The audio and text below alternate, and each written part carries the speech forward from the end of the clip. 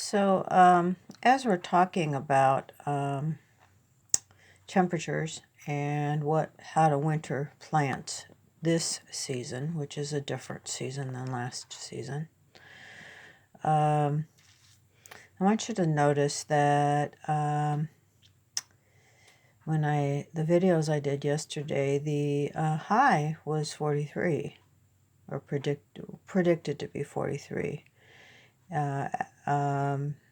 Actually, it was predicted to be 48, but it was 43 when I took this picture, and the low was 21, freezing. So that's quite a variation. The other variation is that the high the day before was 70 degrees. So it dipped by 27 degrees, just like that. And then you notice the fluctuations here.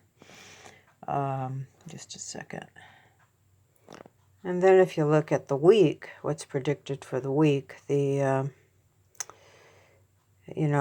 goes up on Wednesday supposedly to a high of 72 and some thunderstorms, and then it will drop back down to supposedly 25 degrees the next day as the cold. And throughout the winter, this is actually a pretty warm week compared to the last couple of months. But what we've had then has been a wide range of temperatures, often having 3 or 4 days with snow and ice, and then real quick going up for 1 or 2 days, and then going back down again. And so this has affected what's going on with the plants.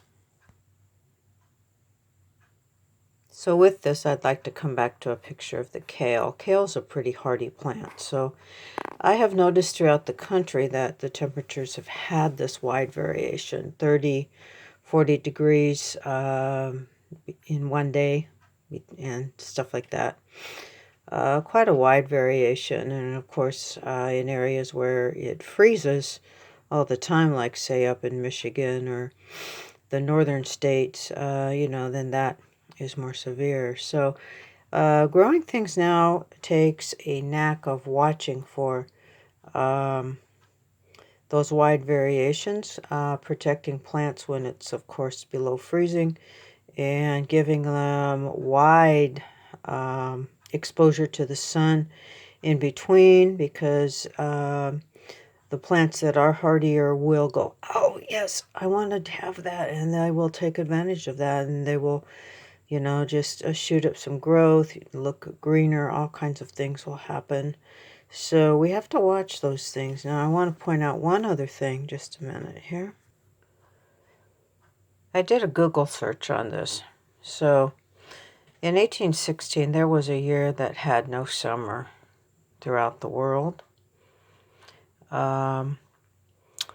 And that was because of the ash that came from the volcano Mount Tambora. And that volcano started to erupt on April 10 of 1850, and the 1815. And the effect of that was that it dropped the world temperatures.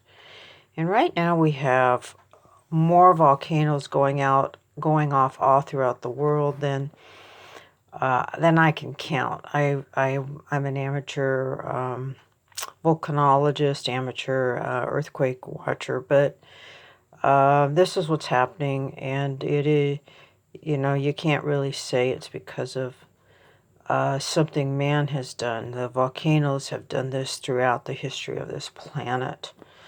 So be careful how you interpret what's going on with the volcanoes. But there you have it for Mount Tambora. Do a Google search on the year without a winter. Of course, it says here that it's because of climate abnormalities, but I wouldn't say it's man-made.